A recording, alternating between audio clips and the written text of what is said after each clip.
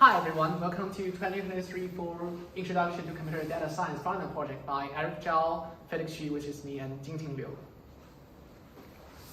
So first, let's start with a general overview of our project. Let's play a video here representing what we've done here. So first, we will be logging with our username through the login interface. And you can see here, I'm logging as the user Felix and Eric here. So first, let's test our time function. By pressing the button of time, it will be able to print out the current time without any deviation. And next, I'm going to send information to the server of OpenAI and let it understand my request. So I'm here asking about what is the hash table. So you can see here that OpenAI is going to present a very detailed explanation of the hash table. It is directly powered by the AI bots produced by ChatGPT. And then I'm going to here find out who is also in this user system. The next function is the search point function, which will just call back the related sonnet based on the numbers I've already printed. And the next is the snake games, which you can see here concludes a classic snake game about eating an apple, and the snake will get longer. And you can see here that the score is growing as every apple you ate. So that's the quick. And now let's connect it, test the most important function of our server, which is connect to another user. So I'm here using connect to button to connect to another user in the system, Felix.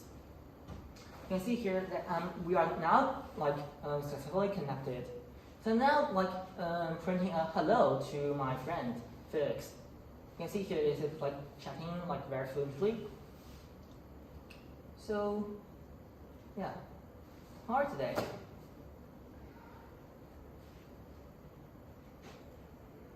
Yeah, I'm fine, thank you.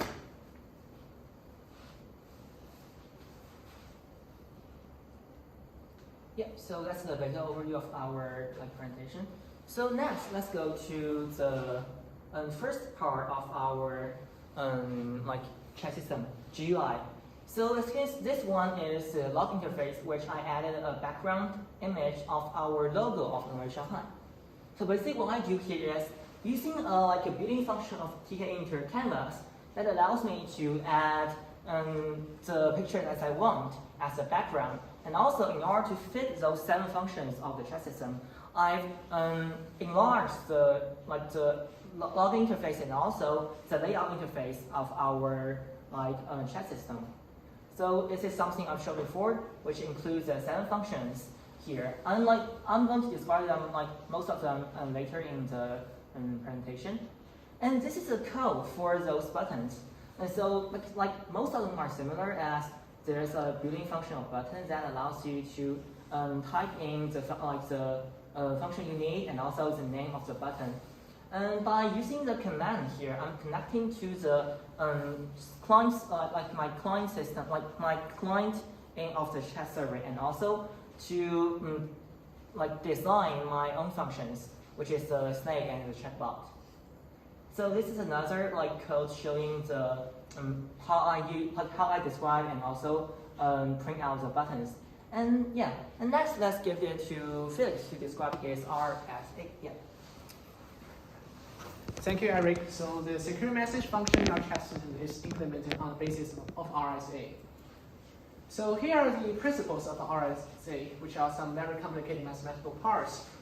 So basically, the principle is that we have 2 prime numbers P and Q, and we generate 2 public keys which are in N and E based on these 2 primes, a private key, so that whenever we have a number X, we can encrypt this number X with N and E, and we can decrypt it again with N and D. So if we apply that mathematical principle into computer science, so when A is sending a message to B, B gives A a pair of public keys which are N and E, and keep a private key D to himself. So when A is sending a message X to B, A uses the public keys N and E to encrypt X to a ciphertext X prime, and then B uses the private key D combined with the public key N to decrypt that message X prime, and he will get the initial message X. So N and E is public, so everyone knows how to encrypt, but D is private, so only B knows how to decrypt. The only way to break this code is to use brute force to do factorization, which is very time consuming. So in the following codes, we are going to implement this algorithm. First, we use an algorithm called a sieve of Euler to generate a large set of primes. And secondly, we randomly choose 2 primes from this very large set of primes. There are 2 very important requirements for these 2 primes. It should be unequal and they should be larger than 1,000 so that the code will be hard to break. And next, we generate keys based on the 2 primes P and Q. So here, after a series of calculation, we obtain the public keys N and E and private key D. So next, we use those public keys and private key to do encryption and decryption. First, here we use N and E to encrypt. So first we have a text, a message, which is a string of characters. We convert the characters into corresponding ASCII codes, and for these codes, these numbers, we convert them with the public keys N and E, and we recombine the numbers we get to a large string of numbers. So this is the code ciphertext we'll have. And as for decryption, we have a ciphertext here and public key N and D. So we change the cipher codes, the numbers, into the initial numbers and convert them to the corresponding characters so that we'll get the initial text. Next, we need to insert this algorithm into our chat system. First, we set the public keys M and E and private key D as some attributes of our client. So when the client logs in, when he types his name, the client will send the public keys to the server, and the server has a dictionary which maps from the username to the public key. So when the user is sending a message to another user, first it sends the initial message to the server, and the server finds the public keys from the dictionary and encrypts them. And the server will send a ciphertext to the receiver, and the receiver will use his public key to decrypt the message. So here's a display of this algorithm. First, let's try to see what are the public keys and private keys. So these 2 numbers are public keys, and this is the private key.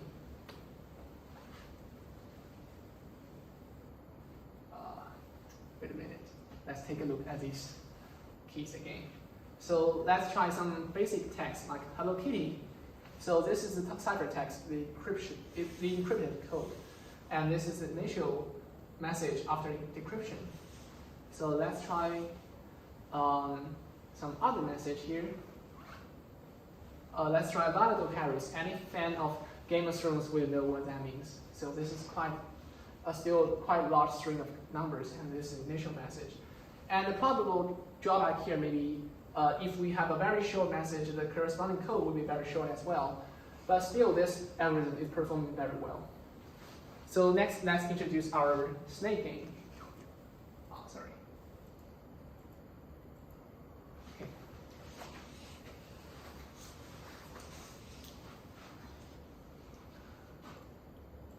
The snake game part. First, this is the snake class, and we store the position of the snake by the list. Store them in the list, and the initial size is 5. And here we control the movement of the snake. Our principle is to delete the tail and add a new head to the snake if the snake didn't eat anything.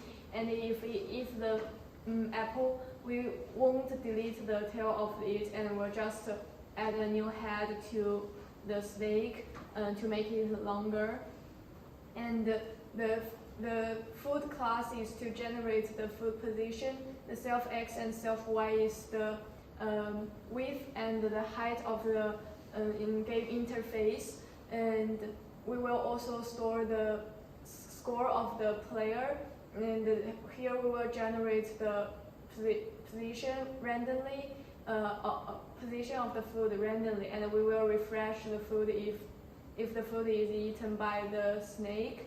And here we have a part to change the color of the food from white to red.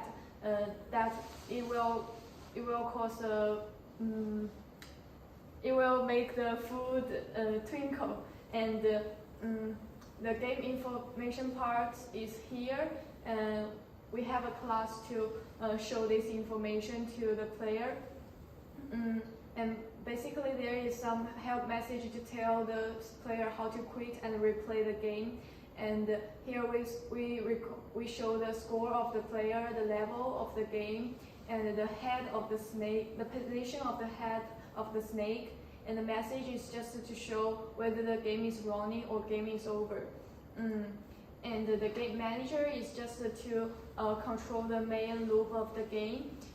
It will generate the snake, food, and the game information here, and you will work. And in the work side, we just control the movement of the snake and the refresh of the food. And also we will handle the key down part to control the movement of the snake.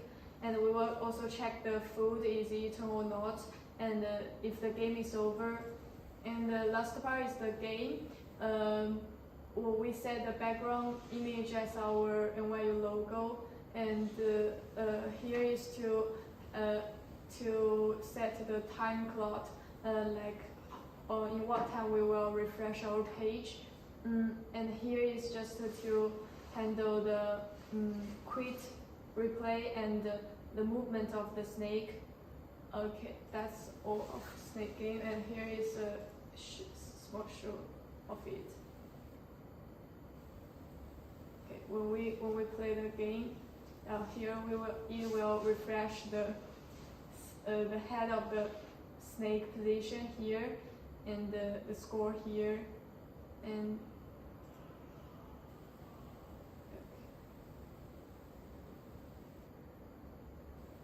oh no, it's here.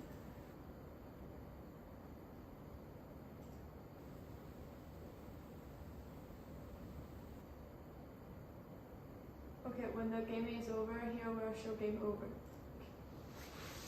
Yeah, and the last part is the chatbot message powered by OpenAI. So basically, what we do here is to get the receipt of message from the server of OpenAI through this OpenAI API key.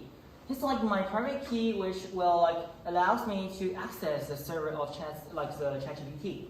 So as you can see here, this prompt, so on the above, is actually a required format of ChatGPT that allows me to visit its website and also to check its information. So from the client side, you can see here, this is the part that we extract the information from the chat box and now send it to our server first.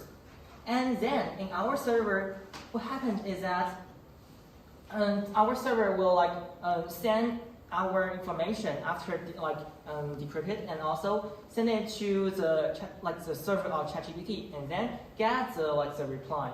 So the reason why it didn't happen in the client side is that we want to let it memorize the context. You can see here that when I tell an Eric before, on the second query, it can understand that my name is Eric. So why does that happen? Because that we actually stored every prompt as a dictionary in the client side, which means that it has a record of your communication history with the server and also your ChatGPT. So here's a short display showing how it can memorize it, also how I can do it. So you can see here now I'm typing "Hello, I'm Eric" from the my side, and now then I'm asking "Who am I?" and it replies that "You're Eric." So it's apparent that the server and also the chatbot can understand the information of the user, and then it can answer my question perfectly. Yeah, I think that's all for today's presentation. Thanks a lot.